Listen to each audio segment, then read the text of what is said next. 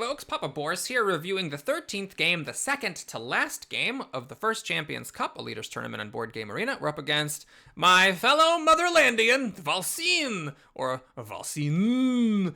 And he was one of the lower rated players at the beginning of the tournament, although he is now really highly rated. So this was a pretty strong player, definitely on the up. And of course, I was taking every game very, very seriously. Unlike in the game against me in Digits, this one starts off with a bit of a soft board. Nothing super crazy here, but I'm the first player. You obviously know what I'm going to take. I'm going to grab the Vizier. And out pops the Bruiser, so my opponent is in top deck mode and gets a pretty good character out of the deal. The top deck next is the Jailer, which is a good character, not the most explosive character, so I'm fine with it. And he actually chooses not to take the Jailer and instead grabs the Assassin. Personally, I would just take the Jailer there. I think that's the strongest piece, but I can also see why my opponent didn't want to do that, because I didn't actually have an active ability yet, so taking the Jailer is a little bit premature. Also worth considering, though, is that the Jailer is good for me later to block the Bruiser, so maybe taking it, and even if it's not that useful for you, having it is useful because it stops your opponent from having it. Now, I am also in top deck mode in a way, and Illusionist pops out, which is obviously very lucky. So what I do here is I put the Illusionist on this diagonal, which I've been fond of doing. You can do this sort of move where you just march your leader up to the middle square, and then you swap with them, putting your leader to safety and centralizing your Illusionist. In this game, unlike in that game against, I believe it was Bat Totoro, my opponent doesn't have a Brewmaster, so the Assassin is not able to stop my leader from entering this square. And admittedly, I get very lucky. I also get the Royal Guard. Or no, sorry, my opponent gets lucky. He gets the Royal Guard.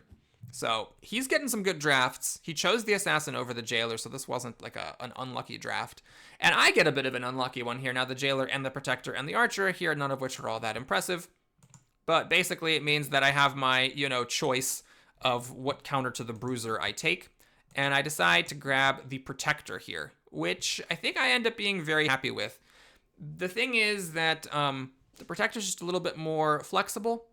And since he's being drafted kind of late, or he's being drafted here, when I can swap with the Illusionist, I can centralize it and maybe get a really early jump on blocking the Bruiser. And even if the Bruiser walks around the Protector can still form a really effective wall. I could be wrong about that. Maybe there was no point in leaving the Jailer for my opponent to block the Illusionist. Maybe there was the consideration of like, well, what if the Acrobat pops out? Maybe you'd like to have the Jailer then. Protector does absolutely nothing about the Acrobat, and the Acrobat, as we know, is my nemesis. So, maybe I should have taken the Jailer instead of being frisky with the Protector here. Well, my opponent steps up with his pieces. He, of course, is going to summon the Royal Guard and really shoot it up there. And obviously he takes the Acrobat. So it's a really, really scary situation here. All these pieces are kind of hovering near my leader. But I have the Vizier. That is the one good thing I got going for me. So I swap with the Protector. So the Protector is centralized. I form a little bit of a wall here. I run with my leader, and I can run pretty effectively. These pieces all sort of more or less move just one square. The Acrobat can get a jump. But apart from the Acrobat, these pieces are slow, and I can just zip over to the other side of the board in open space and be okay. Now, I got a little bit lucky here. I got the Claw. That's obviously a very fortunate turn of events. So both my opponents and I had pretty good drafts. He has the Assassin. I have the Protector. Both of us have 3 good characters. Otherwise, I think that as far as drafting luck goes, that didn't seem to decide this game, I don't think. You could say that Claw and Illusionist are just very, very strong, and I am better than my opponent in that regard, because I top deck those. But I mean, the Bruiser and the Acrobat and the Royal Guard are very strong as well. And the Royal Guard in particular, as well as the Acrobat, if played correctly, can also have a very long reach. All right, so my opponent just, keeps coming in. I did allow this jump with the Acrobat. I thought that's what he was going to do. I thought it was worth keeping my Protector centralized, even though it meant allowing this Acrobat jump. But he chose to jump here. And this may be a little bit imprecise. I think the Acrobat here is more effective, because it makes it scarier a little bit for my leader to run. I do get to hang on in there. Like, if the Acrobat goes here, I could still go here and then put the Protector here to stop the Bruiser from coming in. But it's just like a little bit scarier having it be this way than essentially being able to move my leader and form a wall and just ice out all of these characters. He keeps moving the Assassin around and the Royal Guard. Everything obviously is very scary, but it's fine. It's completely fine. I don't think I was in any danger here.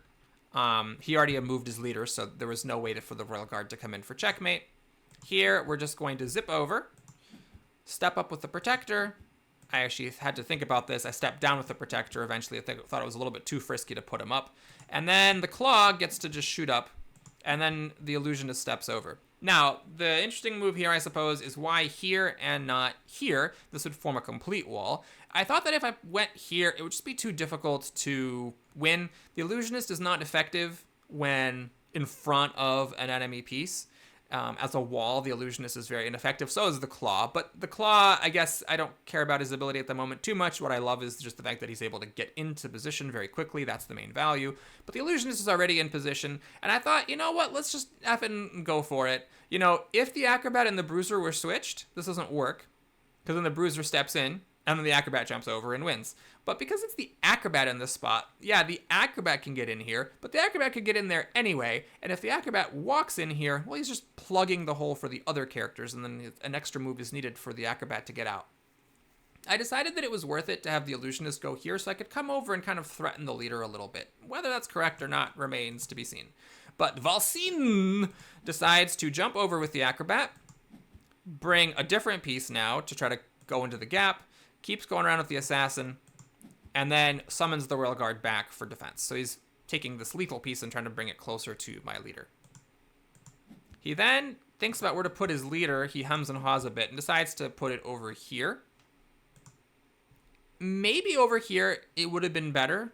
At least it would have been farther from the illusionist. But perhaps he didn't want to do this because after the vizier goes and the claw goes and the protector goes, like everything shifts up, I could just zip with my leader over here. I'm out of reach of the assassin and the bruiser, and because the leader's far off, I'm also out of reach of the royal guard. I'm only touching the assassin, and then we have this conga line barreling towards this leader. So maybe he thought it was safe, or safer, to have everything have to like hook around in order to touch him. But here's where I get the benefit of the illusionist being here instead of here, because now, after I zip to safety, I can put the illusionist here, and it's a threatening piece in a variety of ways. I mean, I'm threatening to swap. I also am threatening just to move in. And I do go for it. I play pretty aggressively. So we have this very interesting triangle in the middle here, which I think works out pretty well for me, where these two pieces kind of successfully ward off these three pieces. And if this were a different piece, then if the acrobat were back here, the acrobat could jump over and checkmate. Although, of course, how would a different piece have gotten here? The acrobat was uniquely qualified to be in this spot. But the point is that because it's the acrobat already near my leader, these pieces can't really get around this two-person wall. So I think I'm being pretty efficient, where two pieces hold off three, which gives me two pieces to also be very, very close to his leader, as opposed to my opponent, who has only one piece close to mine. So now, how is my opponent going to deal with this somewhat weirdly dangerous situation? Well, he steps up with the royal guard, brings the leader into my illusionist,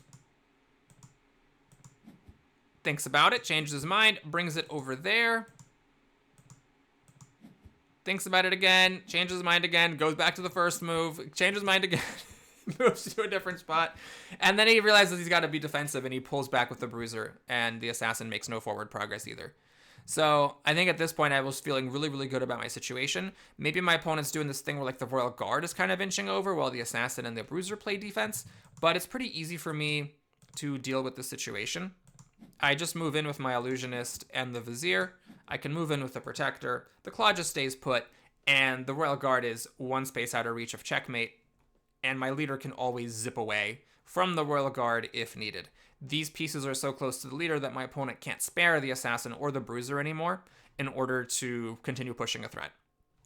I really think that this, I mean, to toot my own horn a little bit, I think this whole game hinged on where I put my illusionist that one turn. Choosing to put him here instead of here. Oh, God. What? No. It was... Crap. I don't remember what there was like a wall being formed.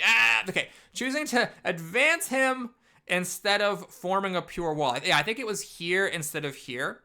Choosing to give him the opportunity to go to this square instead of locking him out here where he couldn't get over to this square. I think that's what decided the whole game, because now I've got this extra threatening piece and it completely clogged up my opponent's ability to advance.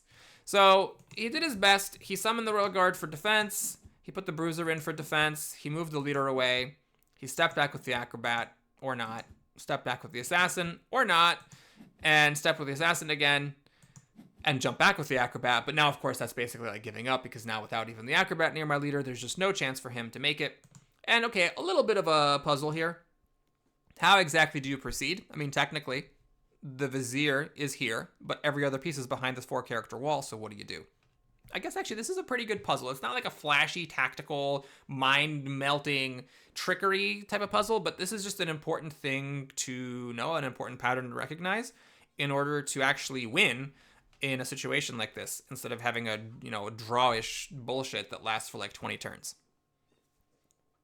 All right, if you could figure it out, congratulations. If not, this is a little weird because my opponent was kind of clever. He made this wall, but he made sure that the assassin was on the end of it. So if I am going to just be stuck against this wall for a while, if we are going to be playing kind of a ring around the rosy, maybe the assassin has a chance to like peel off, right? And the assassin is the one piece that you want peeling off because unlike any other piece, he can actually threaten the leader all by himself.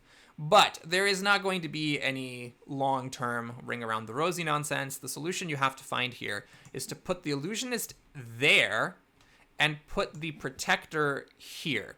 What this does is it reserves this spot so that your opponent cannot put a piece here and block your illusionist. Now your protector on the next turn can step away, and the illusionist is free to swap with whatever piece is in this column. An important move as well is to put the vizier there. You don't want the leader going here because then the leader is safe. The leader can now, of course, move here, but the opponent has a big problem. If this space is blank, then the protector steps into it, checkmate. If this space is blocked, the protector steps away, and the illusionist swaps into it for checkmate. So the vizier being here is absolutely critical because it stops the leader from being able to run into this column and buy himself another turn. Now, of course, the leader can go here, but that accomplishes nothing because it's the same exact problem. Then the vizier would step in to this spot or this spot. The opponent could block both. He could, but not without then being suffocated. And then either the illusionist swaps in here or the protector steps in here for checkmate. I don't think there's any way for my opponent to avoid checkmate now, and no piece except for the acrobat can even touch my leader. He steps back with the brewmaster, puts the acrobat there. He's basically trying to create this like pocket where the leader's not suffocated, but my pieces can't get through. But of course, my piece can get through. I step up with the protector, I swap with the acrobat, and now there's just, well, I would also want to say there's no avoiding checkmate next turn, but there's no avoiding checkmate in general. My king is totally safe. ValsiN does find a way to save himself one more turn. By doing this, he actually does prevent me from doing checkmate. But again, we're going to step in with the illusionist and the protector, and now there's just absolutely nothing the opponent can do to stop checkmate and or suffocation the following turn. He does shove the vizier away for good measure, the bruiser letting off some aggression before the game ends. He undoes it. Then he moves over. I don't even know how this is a legal move because the leader is suffocated. Is the Royal Guard allowed to move here and then move off, even though it temporarily suffocates the leader? I didn't actually know that. He changed his mind about that. And then he does push the vizier with the bruiser and he moves the leader. But okay, at this point, it is indeed over because no matter how you slice it, the leader is either suffocated or checkmated. You cannot stop both. All right, thanks so much for watching, everybody. Hope you enjoyed it. Please like and or subscribe, and I'll see you again soon for the final game of the tournament.